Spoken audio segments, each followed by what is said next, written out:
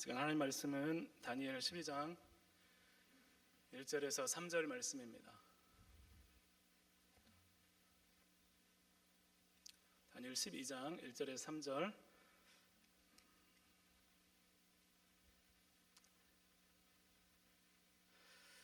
세 절입니다. 우리 같이 한 목소리로 같이 합독하겠습니다. 시작. 그때에 내 민족을 호위하는 큰 군주 미가엘이 일어날 것이요 또 환란이 있으리니 이는 개국 이계로 그때까지 없던 환란일 것이며 그때에 내 백성 중에 책에 기록된 모든 자가 구원을 받을 것이라. 땅의 티끌 가운데서 자는 자 중에서 많은 사람이 깨어나 영생을 받는 자도 있겠고 수치를 당할 자도 있을 것이며 지혜 있는 자는 궁창의 빛과 같이 빛날 것이요 많은 사람을 옳은 대로 돌아오게 한 자는 별과 같이 영원토록 빛나리라. 아멘. 할렐루야. 반갑습니다. 우리 같이 옆에 보는 같이 인사했으면 좋겠습니다. 사랑합니다. 축복합니다.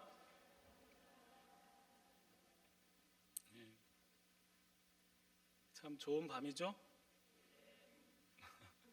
예. 제가 지난주 휴가였어서 어디를 좀 갔다 왔습니다. 부산 해운대. 해운대가 어렸을 때 작은아버지 댁이 해운대에 있어서 자주 이렇게 방학 때마다 이렇게 갔었거든요. 그래서 해운대 하면 추억이 있고 그래서 놀았던 기억들도 많이 있어서 오랜만에 이렇게 몇 년 만에 이렇게 해운대를 다시 가게 됐습니다. 몇 년 만에 갔는데 오랜만에 갔는데 더운 날씨였는데 오랜만에 바다 냄새가 그렇게 좋았습니다. 막 해운대 바다 냄새가 나는데 너무 좋았어요. 좋았어요. 사람들이 굉장히 막 북적이면서 활기가 느껴지는데 역시 관광지라 그런지 사람들이 굉장히 많구나. 너무 많았어요. 막 더운데 막 사람이 너무 많은 거예요. 그런 생각을 했는데 그런데 제가 오랜만에 가서 그런지 모르겠지만 그 거리에서 전에 안 보이던 것들이 많이 들어선 것을 보게 되었습니다. 간절히 사람들을 기다리면서 지나가는 사람들을 부르는 사람들이 있었어요. 뭘까요? 뭐가 있었을까요?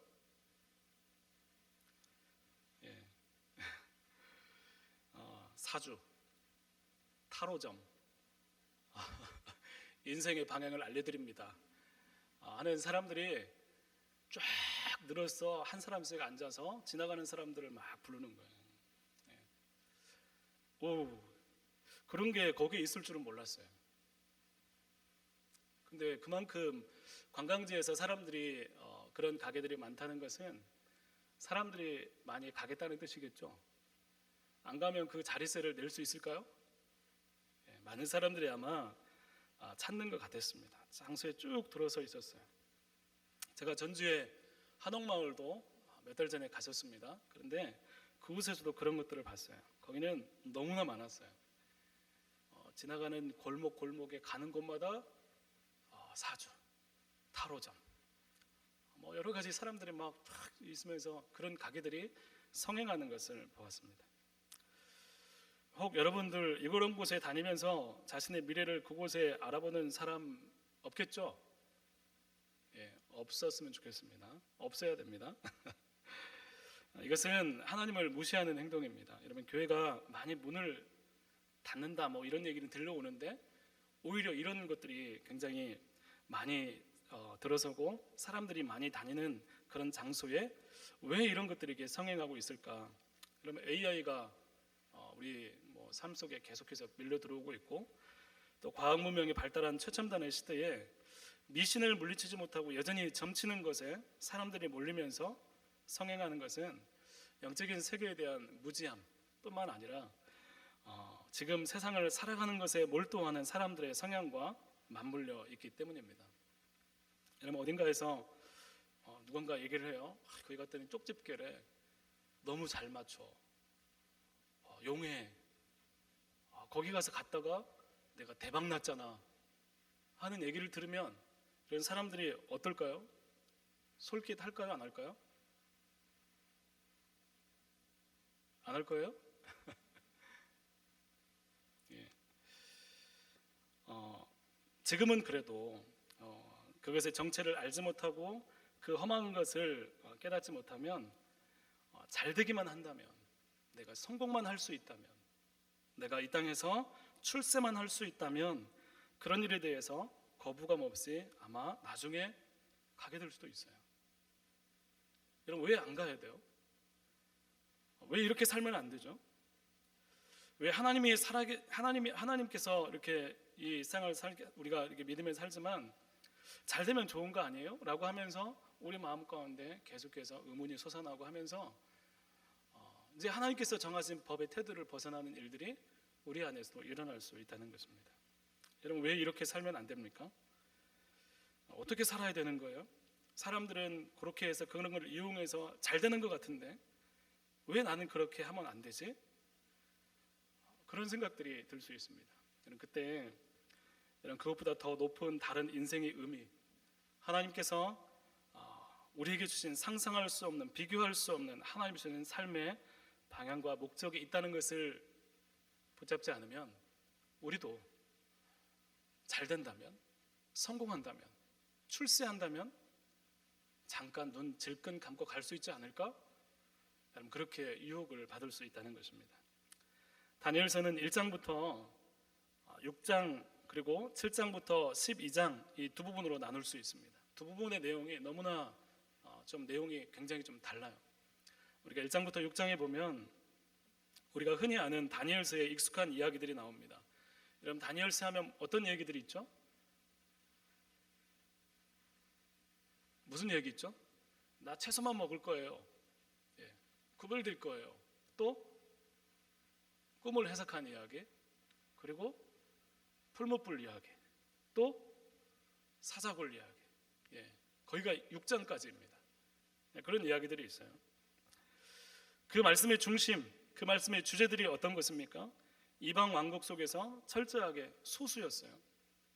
굉장히 이방 땅에서 살아가고 있는 하나님을 믿는 소수의 사람들, 아무도 알아주지 않는 그 사람들이 여호와의 신앙으로 결정하고 살아가는 그런 삶을 살아갈 때 그 땅에 있는 온갖 우상과 점술과 또 갖가지 이방 종교들 사이에서도 하나님을 의지하면 그 고난 가운데서도 하나님은 여전히 그곳에서 주관자가 되신다라는 것을 우리에게 말씀하고 계신 것입니다. 이방 땅과 같은 세상을 그런 믿음으로 살아라, 하나님이 세상을 주관하신다, 너무나 위로가 되고 힘이 되는 말씀입니다. 다니엘서 읽을 때마다 마음 가운데 뭔가 뜨거워지는 뭔가가 있어요. 은혜가 된다. 그런데 그런 믿음으로 여러분 살 수 있습니까? 지금 살아가고 있습니까? 그런 믿음으로 살아가면서 겪게 되는 고난을 여러분 감당할 수 있겠습니까? 다니엘과 같은 믿음으로 지금 우리는 살아가고 있습니까? 우리는 은혜를 받지만 성경이 말하는 그 믿음에 대해서 너무나 당연하듯 동의는 하지만 현실에서 그 믿음을 가지고 와서 우리 현실에서 그 삶을 살아내는 데는 그렇지 못할 때가 참 많이 있습니다. 다 주는 대로 먹고 있는데 혼자서 저는 채식을 먹겠습니다, 저는 구별되게 살고 싶어요, 왕의 명령과 사람들의 경계 어린 시선에도 불구하고 꼿꼿이 서서 우리는 절대로 저럴 수 없어요, 너 죽을 텐데 그래도 그럴 수 없어요. 왕의 명령과 사람들의 경계 어린 그런 시선 가운데서도 꿋꿋하게 믿음을 지키는 삶, 사자굴에 던져질 줄 알면서도 버젓이 왕이 금지한 기도를 한다는 것, 여러분 이런 삶으로 우리의 삶을 온통 살아갈 수 있습니까? 여러분, 공개된 장소에서 식사기도 잘 하세요? 공개된 장소에서도 눈을 감고 식사기도 하는 것도 우리는 굉장히 시선을 따가워하고 부끄러워하기도 합니다. 생략하고 하나님 땡큐 하고 이렇게 지나가기도 하죠. 여러분, 세상이 우리를 도와주지 않습니다. 그리고 그 믿음으로 살지 못하게 될 때 우리는 다니엘처럼 사는 것에 대해서 회의감을 가집니다. 꼭 저렇게까지 해야 되나? 저렇게 그냥 뭐가 난 것처럼 다 이렇게 극성스럽게 믿어야 돼? 하는 생각들을 가집니다. 그런데 다니엘 후반부인 7장부터 그런 신앙의 위대함, 그런 신앙이 특별한 누군가의 신앙이 아니라 우리 모두에게 당연하게 요청되는 신앙임을 깨닫게 하는 말씀들이 7장부터 등장하기 시작하는 거예요. 7장부터는 요한계시록과 같은 묵시가 등장합니다. 요한계시록에 나타나는 묵시와 동일한 말씀들이 등장합니다. 어려워요. 뭐 뿔들이 나오고, 뭐 왕국이 나오고, 왕들이 나오고, 한때, 두때, 반때, 뭐 뭔가 한 번에 알아듣기 힘든 이야기들이 열거되기 시작합니다. 그럼에도 이 말씀을 알아야 되고 깊이 생각해야 됩니다. 그 말씀에는 강력한 제국들의 흥망성쇠와 패권을 진 왕들의 이야기, 그리고 스스로 신이 되려는 자, 누가 봐도 대단하게 보이는 인물들이 굉장히 많이 등장합니다. 사람들은 그 사람을 영웅이라고 지켜세웁니다. 역사 가운데 굵직굵직한 인물들을 내세워서 대단한 왕이었다 사람들은 그렇게 인정을 합니다. 그리고 그들이 만들어가는 세상은 하나님의 기대와는 다른 세상이 펼쳐집니다. 그런 대단한 왕들의 전쟁과 그들이 주도하는 세상에서 아무것도 가진 것이 없는, 믿음밖에 없는, 너무나 연약해 보이는 하나님의 백성들의 이야기가 나옵니다. 너무나 다른 그 세상을 성도들이 어떻게 버티며 살아갈 수 있을까? 와, 군사력, 힘 있는 권력가들 그 사이에서 과연 성도들은 어떻게 살아가지? 걱정스럽고 염려되는 마음이 생깁니다. 세상과 다르기 때문에 찾아오는 여러 고난과 고통과 환난이 그들의 삶에 예고되어 있습니다. 지금 우리 안에도 이런 고난과 고통을 경험하면서 믿음으로 삶을 해석하고 의지하려고 몸부림치는 성도들이 있지 않습니까? 아유, 믿음만 가지고 어떻게 살아가지?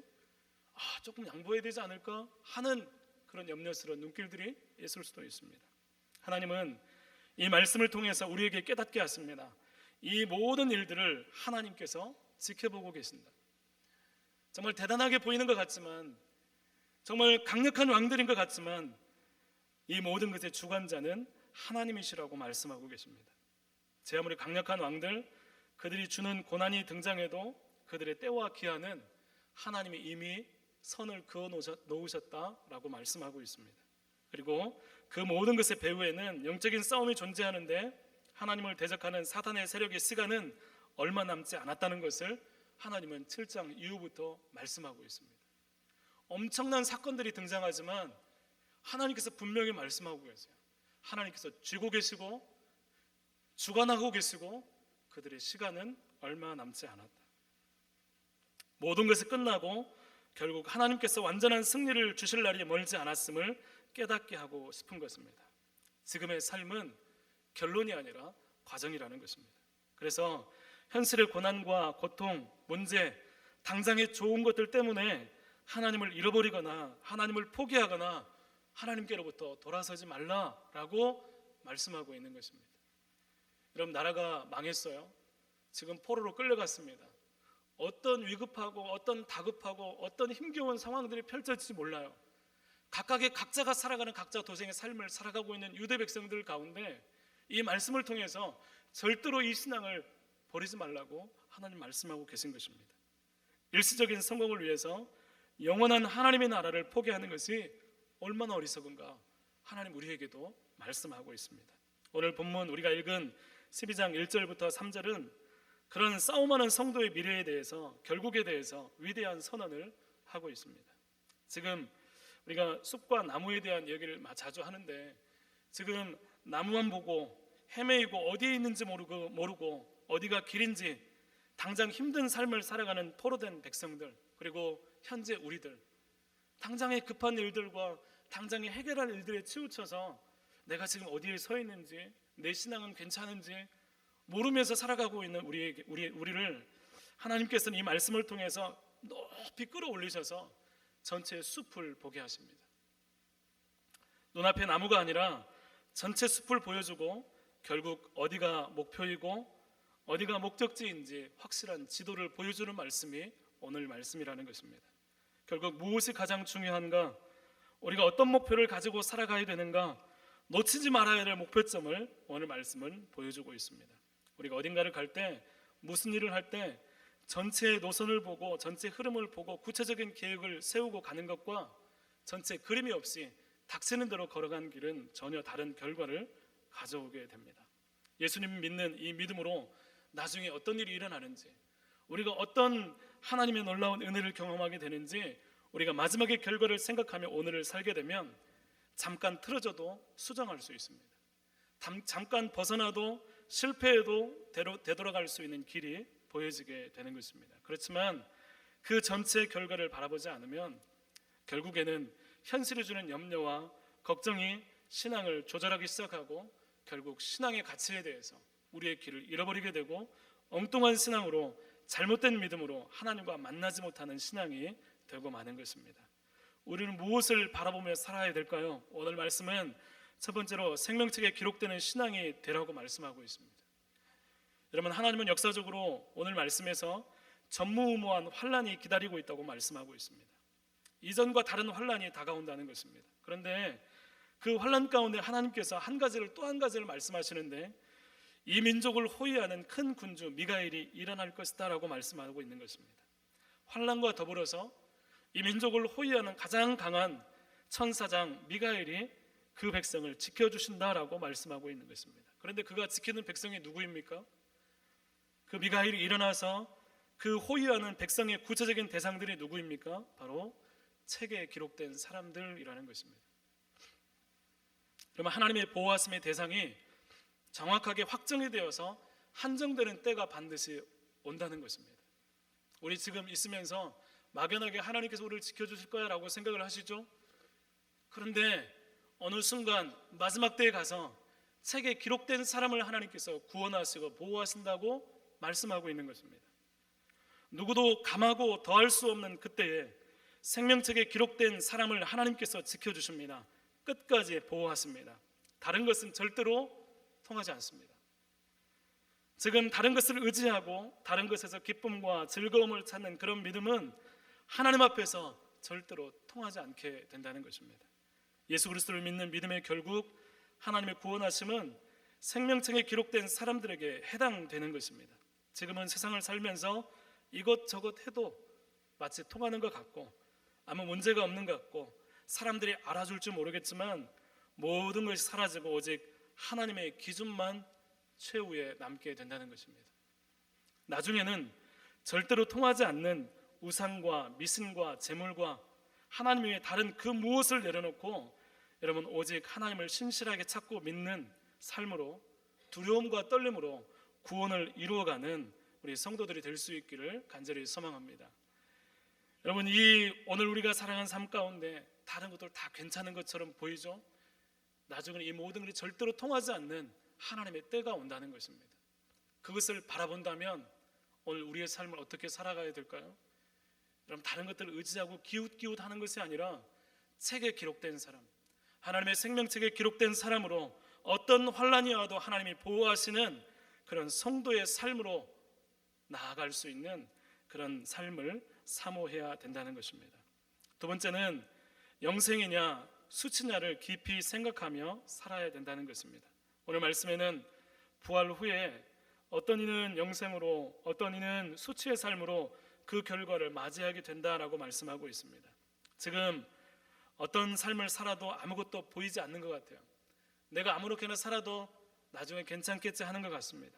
그런데 지금 우리가 살아가는 그 삶이 영생과 수치를 나누게 하는 결정적인 근거가 된다는 것입니다. 이때 수치라는 말이 약간의 부끄러움 정도로 오해하지 않기를 바랍니다. 구원을 받을 수 없고 도저히 하나님께 수용되지 않는 모든 것이 폭로되고 어두움 가운데 거하게 된다는 것을 말씀하고 있는 것입니다. 여러분, 그 마음이 우리의 인생이 살아온 모든 것이 의지했던 모든 것이 마음 깊은 곳까지 다 폭로가 되고 누구도 알 수 없던 일들이 드러나게 될 때 하나님께 설 수 없는 수치를 당하게 된다는 것입니다.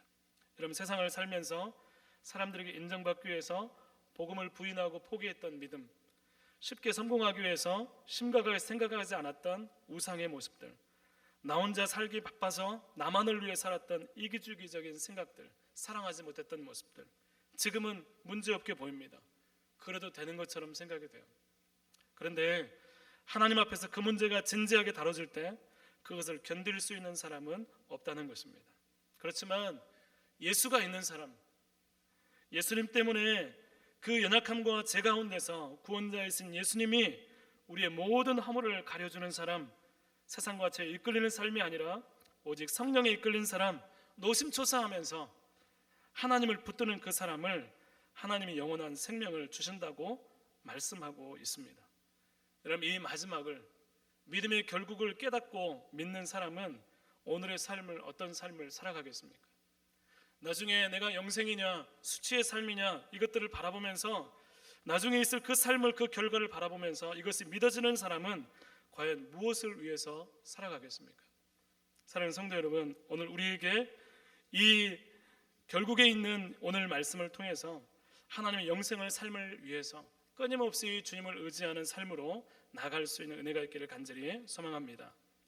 세 번째로 영원토록 별과 같이 빛나는 삶을 바라봐야 된다고 말씀하고 있습니다. 빛나는 삶, 오늘 지혜가 있는 사람, 지혜로운 사람, 그 삶에 대해서 하나님께서는 별과 같이 빛과 같이 빛난다고 말씀하고 있습니다.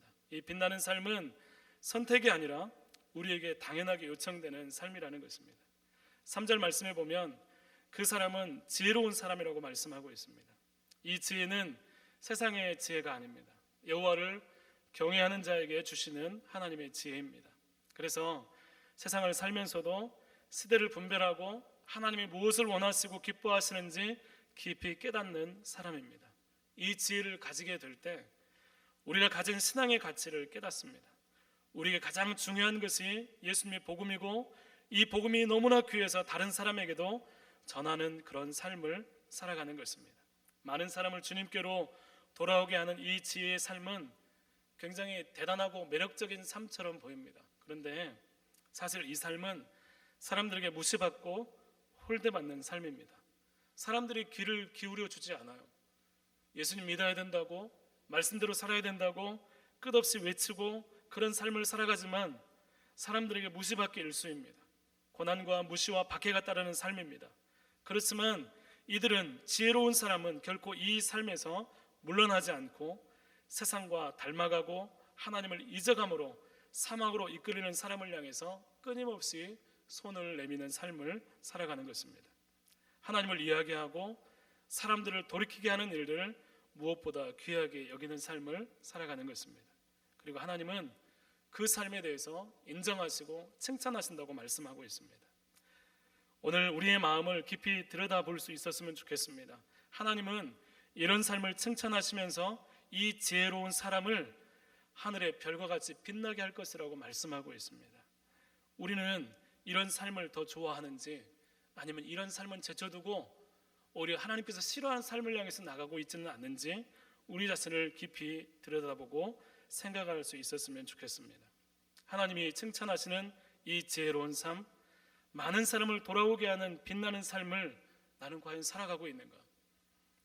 하늘의 별과 같이 영원토록 빛나리라 하나님의 높이심을 바라보면서 지금 그런 삶을 깊이 사모하는 우리 골략교회 성도들이 될 수 있기를 간절히 소망합니다. 우리가 이 일상을 살아가면서 함께 있으면 예수님이 어떤 분인지 보이는 삶이 되었으면 좋겠습니다. 이야기를 나누면 예수님이 얼마나 온화한지 우리를 통해서 예수님의 성품이 느껴질 수 있는 그런 사람이 되었으면 좋겠습니다.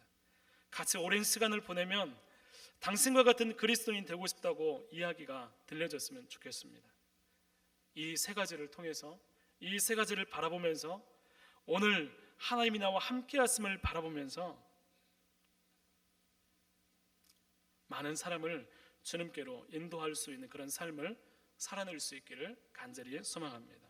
하나님은 마지막 때에만 말씀하시는 분이 절대로 아닙니다. 이런 삶을 살아가게 될 때 여러분 반드시 하나님은 그 삶 가운데 함께 하십니다. 여러분 많은 것을 다 가졌는데 하나님이 없는 것보다 비록 힘들고 어렵지만 지혜로운 삶을 살아가면서 하나님이 함께 하시는 그 삶을 여러분 사모했으면 좋겠습니다. 오늘 그런 삶이 실종되고 있습니다. 일상의 성공과 가치들, 일상의 물질과 재물들을 위해서 힘있게 나아가면서 그 삶을 추구하지만 결코 고난을 받고 하나님이 함께 하시는 삶에 대해서는 사람들이 별로 관심이 없습니다. 사랑하는 성도 여러분, 우리 여러 가지 상황들과 환경들 가운데 기쁨을 잃어버린 채 어떻게 살아야 되는지 갈팡질팡하는 우리의 삶에 말할 수 없는 은혜로, 상상할 수 없는 방법으로 우리에게 쉼없이 다가오시는 그 하나님을 붙잡을 수 있기를 간절히 축복합니다.